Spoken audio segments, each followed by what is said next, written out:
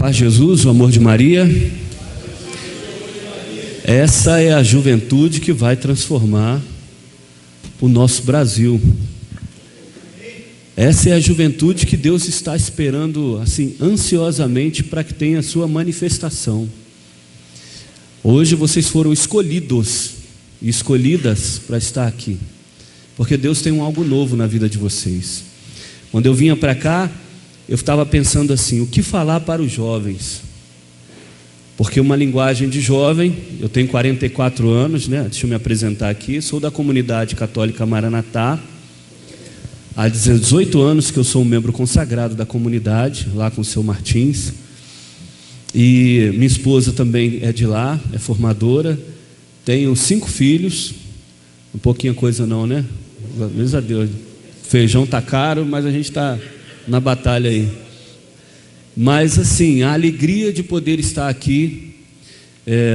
Existe um jovem que foi daqui também, o Renato Rosa, né? Trabalhei com ele na Paulinas. E eu falo já com ele várias vezes, olha, eu tenho vontade de ir lá nessa comunidade, conhecer um pouco mais, porque é assim que a gente, comunidade com comunidade, se servindo, né? E servindo do melhor, que é de Deus. Gente, o tema, vocês já decoraram? Não? Ah, que bom que todo mundo fala junto aí. Diz assim, ó, quem está com a Bíblia aí? Sua arma. Isso, vai lá em Romanos 12.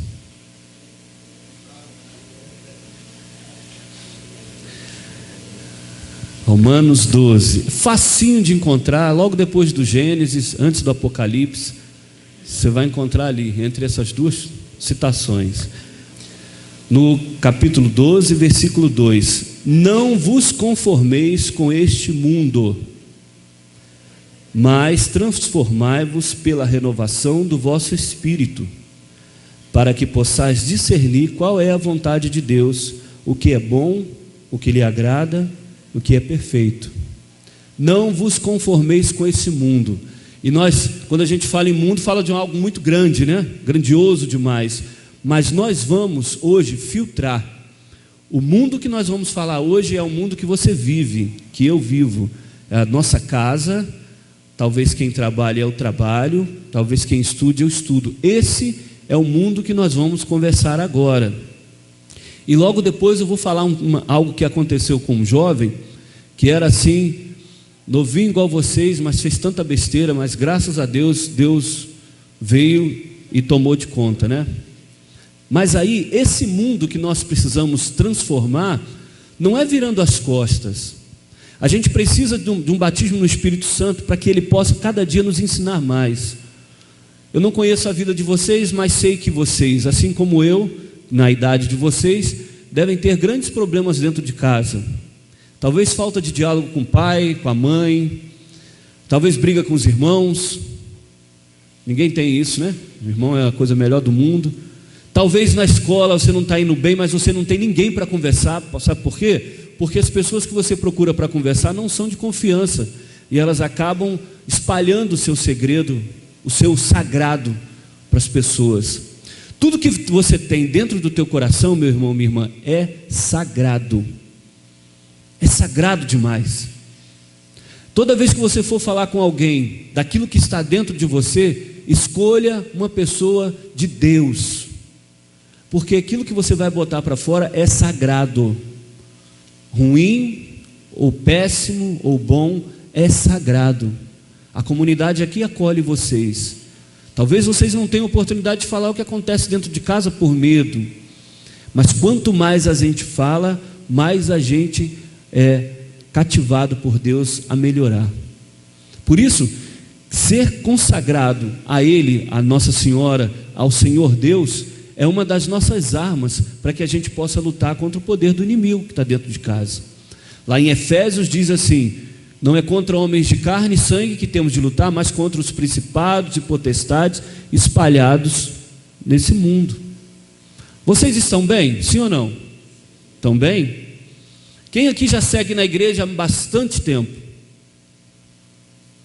Que bom. Os outros aí tá fazendo um estágio, né? Mas olha, Enquanto vocês não, eu vou ser bem sincero e papo reto com vocês, enquanto vocês não começarem a perturbar o demônio, ele não vai fazer nada com vocês. Mas o simples fato de vocês estarem escolhendo esse retiro para dar voz a Jesus, o demônio vai começar a agir na vida de vocês, a querer fazer de vocês pessoas tristes, pessoas que não têm alegria. E quem tem alegria de estar dentro da igreja, de estar servindo a Deus, não precisa estar rindo toda hora. A alegria brota de dentro do coração. Por isso que não vos conformeis com as coisas do mundo. Você está passando uma dificuldade lá na tua casa? Para de reclamar, não se conforma com isso não. Vai orar. Você sabia que eu cheguei ali e vocês estavam todos rezando? E eu sempre falo para os meninos das nossas casas de acolhimento lá, que a oração deles tem um poder que eles nem imaginam. E eu quero dizer para você, jovem, a oração de vocês tem um poder que vocês nem imaginam. É capaz de tocar o céu. A gente que está aqui no dia a dia na frente, a gente talvez não consiga tanta eficácia na oração quanto vocês. Sabe por quê? Vocês são muito sinceros. Se gosta, gosta. Se não gosta, não está nem aí. É isso que a gente precisa saber. Agora, experimenta fazer oração e colocar para Deus. Experimenta colocar no coração de Jesus todos os teus anseios, todos os teus sonhos, todas as tuas vontades. Vamos experimentar a viver um mundo novo a partir de nós, do nosso coração. Chega de blasfemar. Chega de falar contra o outro. Isso não leva a nada. A outra pessoa, se ela não melhorar, melhora você. Tem gente que não vai melhorar nunca. Nem o teu chefe, nem tua mãe, nem teu pai, nem tua irmã. E quem tem que mudar? É você. Comece a olhar a vida de outra forma. Um tempo atrás, eu tinha 18 para 19 anos, depois 20 e poucos anos. Eu tentei suicídio 3 vezes. Era jovem. E eu tentei suicídio 3 vezes, achando que eu podia me livrar de todo o sofrimento. E por que Deus está me falando isso agora? Porque no interior de alguns corações aqui, não tem coisa muito boa que está passando. Não tem, infelizmente. Tem no meio de vocês aí pessoas que estão perdidas, de não saber o que fazer. O Senhor está me falando agora que tem gente com grandes problemas com a sua mãe. E é uma menina. Eu não conheço ninguém de vocês. E aí esse jovem, ainda jovem, 3 vezes tentou suicídio. E a última delas foi bem assim. Eu escutava vozes todos os dias. E eu vou falar porque alguém vai se identificar. E eu escutava uma voz que dizia assim: você tem medo, mas vai que o resto eu faço. E aí eu fui para o aterro do Flamengo e fiquei caminhando por ali à meia-noite. E ali por trás daquele lugar ali, existem muitas pessoas malvadas. Todo tipo de droga, bandidos, enfim. Passei por todos eles, mexi com cada um deles e ninguém encostou a mão em mim. Não satisfeito, a voz continuou falando assim: vai para a praia, vai lá que o resto eu faço. E minha especialidade em nadar, não sei quem sabe nadar aí, mas a minha especialidade é nado prego, bate e afunda de uma vez. E aí eu fui. Vai fazer o quê? Já que era isso que estava mandando, eu fui andando até lá. Quando eu cheguei no meio já estava na cintura, uma outra voz disse ao meu coração assim: para, tu és meu, volta. E aí eu comecei a voltar sem explicação nenhuma e chorava demais. Liguei para minha esposa e comecei a falar com ela, desesperado, a madrugada inteira. Ela não queria me soltar, porque ela tinha medo que se eu largasse o telefone eu podia voltar a fazer alguma besteira. Sabe que naquele momento que eu me sentia sozinho por causa de uma coisa chamada depressão, que os jovens têm, que os mais antigos têm. A depressão me levou a fazer isso tudo. Hoje eu estou aqui por uma missão muito mais importante que eu. Tem uma música do Padre Zezinho que diz que o meu cansaço a outros descanse. Hoje, para estar aqui, eu tenho tomado em torno de 8 remédios por dia contra a depressão e pânico. Semana retrasada, eu vindo do médico com a minha esposa, ouvi de novo aquela voz que eu tirei o cinto de segurança e ia pular do carro. Mas o amor de Deus é tão grande, que Ele impede com que eu faça isso. E aí eu te faço uma pergunta: você luta pelo quê? Responde. Para que você luta? Para que você estuda? Para que você está na tua família? Fala aí um pouquinho. Por que você luta? É pelo trabalho? Por uma chance melhor? Por uma vida melhor? Fala para mim, alguém aí corajoso. Você luta para ter uma estabilidade. Quem mais? Do lado de cá, vamos fazer um ping-pong. Pelo céu, até chegar ao céu, né, minha irmã? Do lado de cá, outro ping-pong. O povo daqui é o mais barulhento, eu acho incrível. Um de cada vez, vai. Por que você luta? Pode falar sem medo. Do lado de cá. Para ser feliz. Dentro de nós, cada um tem um momento, o porquê que está lutando. Minha irmã falou aí, eu quero chegar ao céu, vai ter luta até lá, né? Eu luto para estar vivo todos os dias. Só isso. No Maranatá a gente fala com os meninos, quem não conhece a comunidade acolhe, né, dependentes químicos, de álcool e drogas. E eu falo sempre com eles, eles lutam por isso. Eu luto pela vida, todos os dias. Estar aqui para mim é um presente de Deus, para poder falar da minha vida e rasgar o verbo, porque ninguém pode escapar dessa situação que é a depressão. E a depressão, você pode ter um monte de amigos, você pode ter uma família que te ama, mas você não sente o amor de ninguém.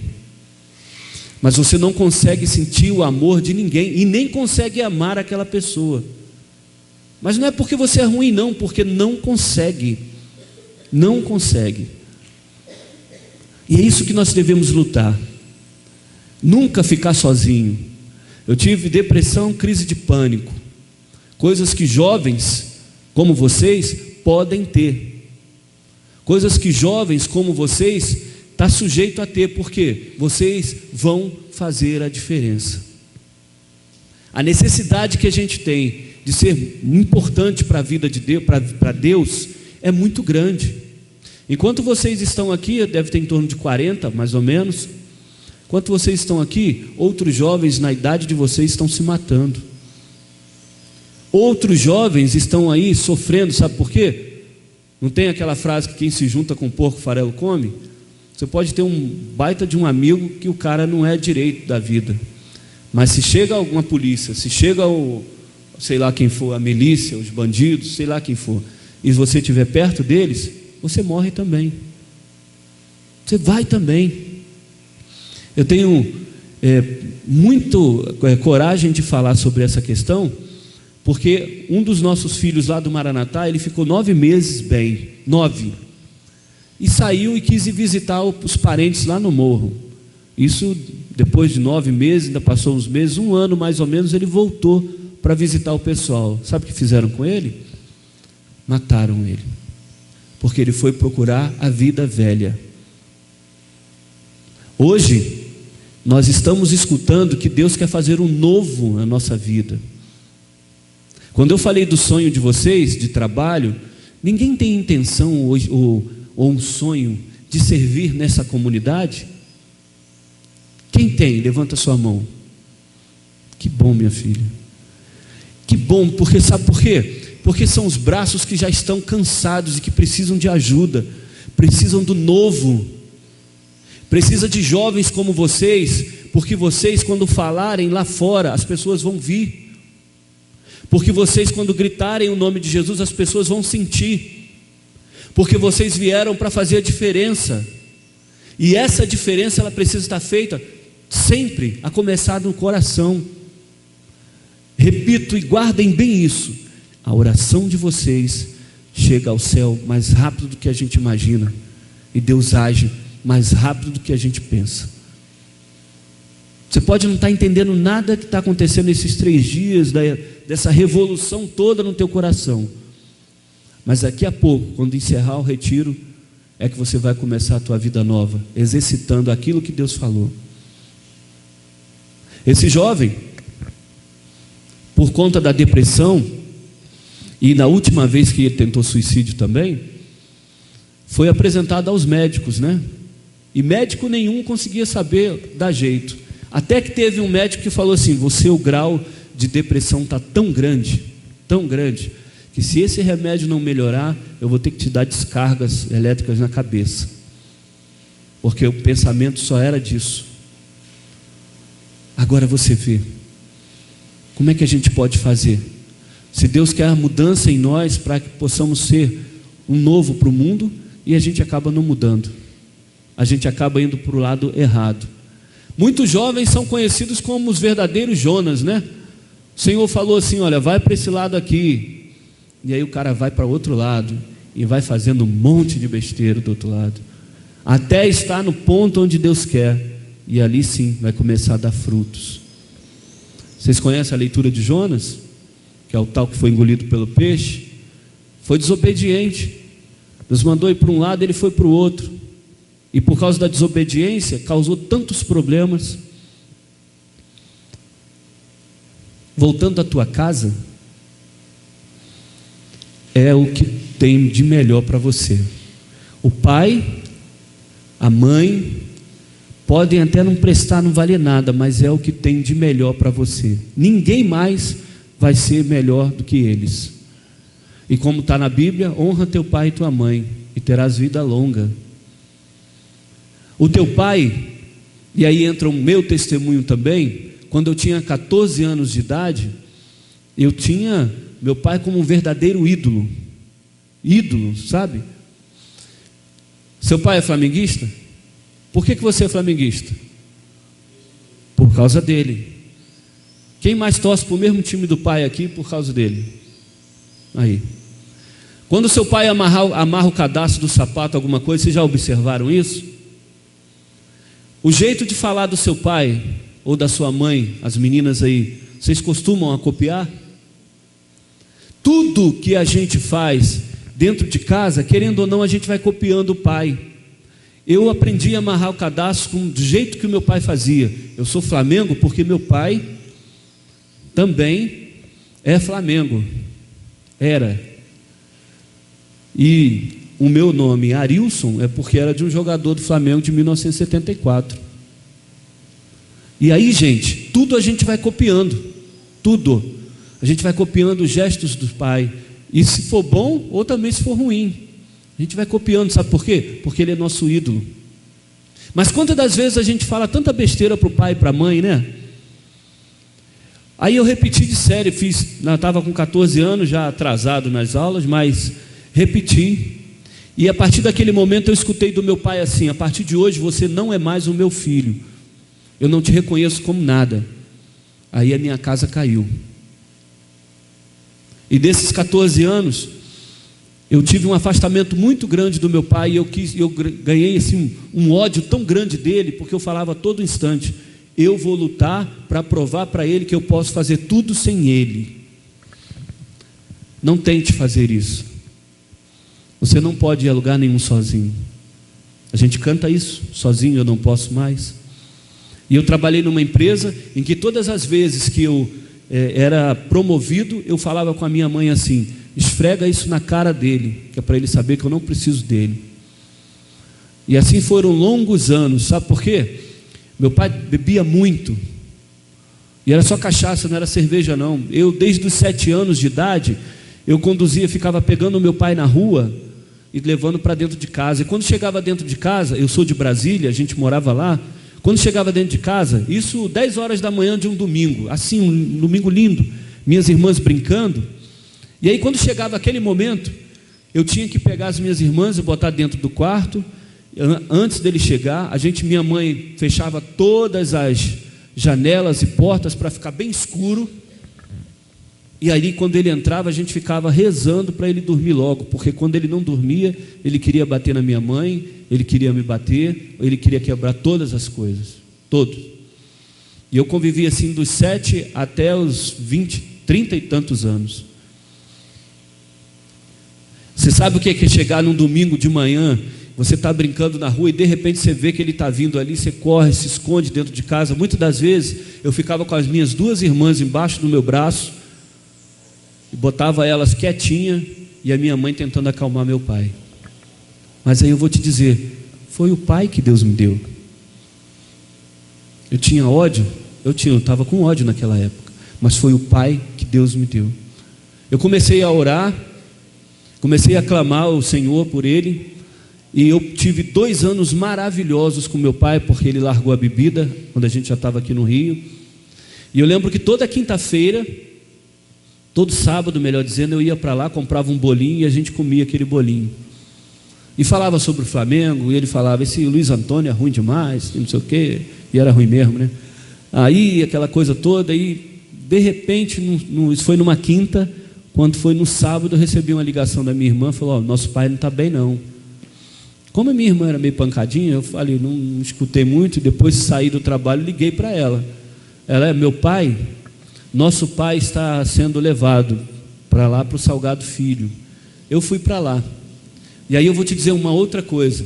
Quando eu entrei e fiquei esperando no Salgado Filho a van dos médicos chegarem com ele, a ambulância, a mulher foi puxando assim meu pai, e quando ela olhou para trás que me viu, ela falou assim, você é o filho dele, né?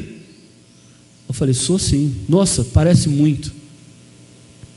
Muitas pessoas vão falar para você, você é o filho dele, né? Você é filha dela. A mesma coisa com vocês, você é filho dele, né? Ou você é filha dela, porque a gente traz as marcas do pai e da mãe. Sabe aquela marca que Pedro trouxe quando Jesus estava naquela coisa da agonia da cruz? E aí falaram para Pedro, você é um deles? E ele disse que não. Não adianta correr da sua família, porque você é um deles. Transforma a tua família. Tenha coragem, tenha ousadia de jovem de transformar a tua família. Vocês conseguem pegar os problemas dos outros e ajudarem, porque não pode ajudar dentro da tua casa. Eu tenho certeza, se um amiguinho de vocês aqui tiver com problema, vocês vão fazer de tudo. Vão fazer campanha na internet, vão fazer, seja o que for, para mover a vida desse filho e dessa filha de Deus. Por que você não pode fazer de tudo para movimentar a tua família? Se teu pai bebe, ora por ele. Se tua mãe é que bebe, se tem muita briga dentro de casa, identifica onde está o mal. Você é inteligente, identifica onde está o mal e faça a diferença. Hoje, nesses 3 dias do retiro, hoje o Senhor quer selar vocês, selar, para quando entrar em casa, entrar com um semblante novo. Olha o semblante desta mulher aqui. Todos nós precisamos ter esse semblante de Nossa Senhora. E é assim que você tem que entrar na sua casa. Aí um belo dia, aí chegando lá na ambulância, eu falei assim, eu posso entrar para falar com ele? Ela, pode. E aí eu falei assim, entrei já na UTI, naquele pior que tinha. Eu falei assim, pai, ele estava em coma, né? Ele teve um AVC. Falei, pai, você me ajudou a ser forte. Todas as vezes que eu precisei, o Senhor sempre me ajudou a ser forte. Quando eu tive meningite, você ficou lá no hospital o tempo todo dizendo, você vai sair dessa, você vai sair dessa. E agora o Senhor está com esse AVC aí, volta para mim. Volta para mim. A única coisa que meu pai fez foi mexer a perna um pouquinho, depois dali eu não vi mais nada. O irmão dele faleceu dia 3 de outubro e ele faleceu dia 3 de novembro. E aí nesse período eu vivi essa escuridão. 3 de novembro e 18 de novembro era o aniversário dele. Hoje eu sinto uma falta danada do meu pai, mas graças a Deus eu consegui me reconciliar com ele antes que ele partisse. Alguém precisa de reconciliação com o pai, com a mãe? Por favor, faça logo, porque o dia passa assim. Em menos de um segundo a gente pode não ter mais nem a mãe, nem o pai, nem o seu melhor amigo. Tenha coragem de sentar frente a frente com seu pai, com a sua mãe, e falar com ele: pai, tem coisas que você faz que eu não gosto. Eu estou aqui, eu sou teu filho, eu sou tua filha. Vamos ter essa coragem, essa ousadia de fazer o melhor. Fica de pé por um instante.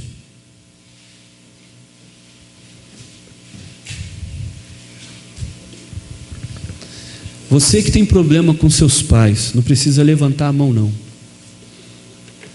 Só bota a mão no teu coração agora e fala um nome bem suave para você. Fala o nome do seu pai, da sua mãe, e diz: Senhor, eu entrego o meu pai e a minha mãe. Eu entrego a minha história de família. Eu te entrego, Senhor, porque eu quero uma família melhor. Vem, Senhor Jesus, entrega a tua família. Sarça que só queima, que não se apaga, somos tua igreja, viemos te adorar. Nesse teu altar somos sacrifício, vem nos consumir. Estamos aqui. Onde nós estamos? Aqui. Isso, força, foi a tua presença. Foi a tua... Isso, jovem, bota pra fora, que nos trouxe aqui, Senhor. Que nos trouxe aqui, Senhor. Não desistiremos. Não desista, não desista de te perseguir até te encontrar. Não podemos ficar de pé, não podemos ficar de pé. Mostra quem tu és, vem nos visitar, nos fazer queimar de novo. Vamos do início, soltando a tua voz com toda a força, gritando para o Senhor ouvir, porque você está aqui pela presença dEle. Cantemos. Sarça que só tem. Isso, solta a tua voz. Somos tua igreja, viemos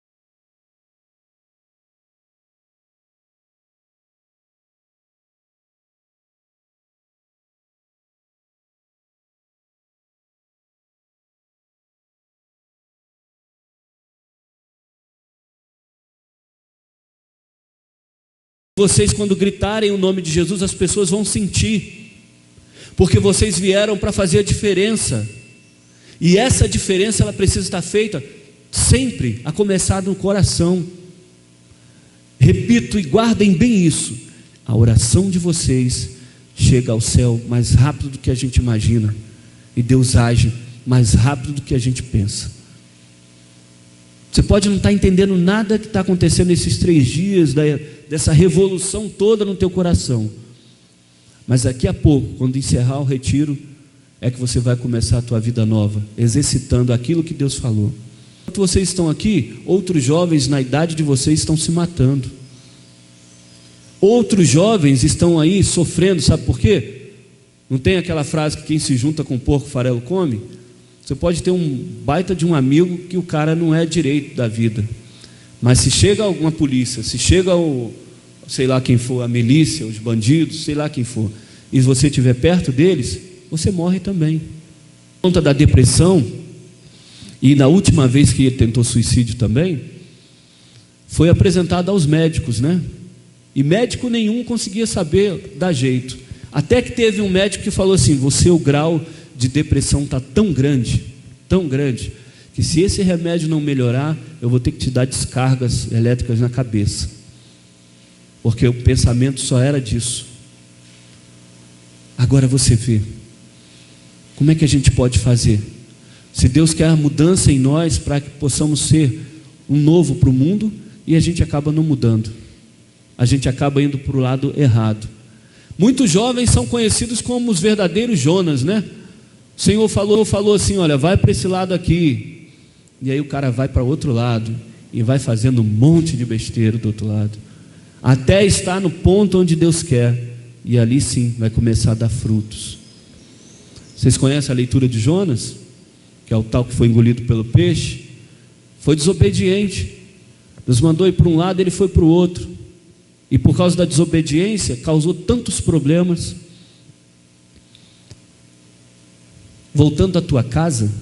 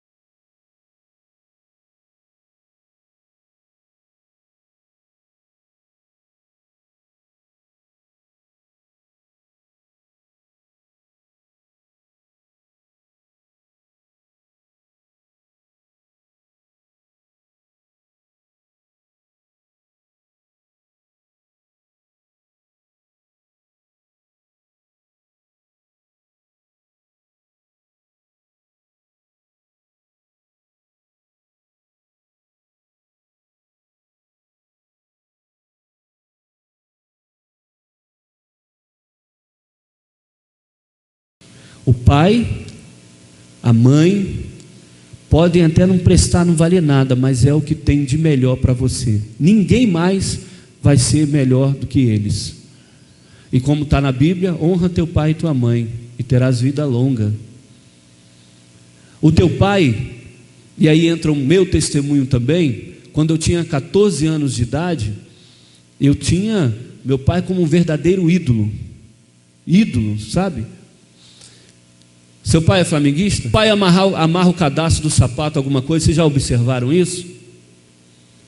O jeito de falar do seu pai ou da sua mãe, as meninas aí, vocês costumam a copiar? Tudo que a gente faz dentro de casa, querendo ou não, a gente vai copiando o pai. Eu aprendi a amarrar o cadastro do jeito que o meu pai fazia. Eu sou Flamengo porque meu pai também é Flamengo, era. E o meu nome, Arilson, é porque era de um jogador do Flamengo de 1974. E aí, gente, tudo a gente vai copiando, tudo. A gente vai copiando os gestos do pai. E se for bom, ou também se for ruim. Aí eu repeti de série, estava com 14 anos, já atrasado nas aulas, mas repeti. E a partir daquele momento eu escutei do meu pai assim: a partir de hoje você não é mais o meu filho, eu não te reconheço como nada. Aí a minha casa caiu. E desses 14 anos, eu tive um afastamento muito grande do meu pai, e eu ganhei assim, um ódio tão grande dele, porque eu falava a todo instante: eu vou lutar para provar para ele que eu posso fazer tudo sem ele. Não tente fazer isso. Você não pode ir a lugar nenhum sozinho. A gente canta isso: sozinho eu não posso mais. E eu trabalhei numa empresa em que todas as vezes que eu era promovido, eu falava com a minha mãe assim: esfrega isso na cara dele, que é para ele saber que eu não preciso dele. E assim foram longos anos. Sabe por quê? Meu pai bebia muito, e era só cachaça, não era cerveja não. Eu, desde os 7 anos de idade, eu conduzia, ficava pegando o meu pai na rua e levando para dentro de casa. E quando chegava dentro de casa, eu sou de Brasília, a gente morava lá.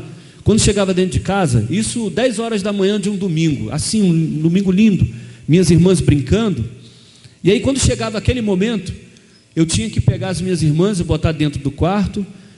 Antes dele chegar, minha mãe fechava todas as janelas e portas para ficar bem escuro. E aí quando ele entrava, a gente ficava rezando para ele dormir logo, porque quando ele não dormia, ele queria bater na minha mãe, ele queria me bater, ele queria quebrar todas as coisas, todos.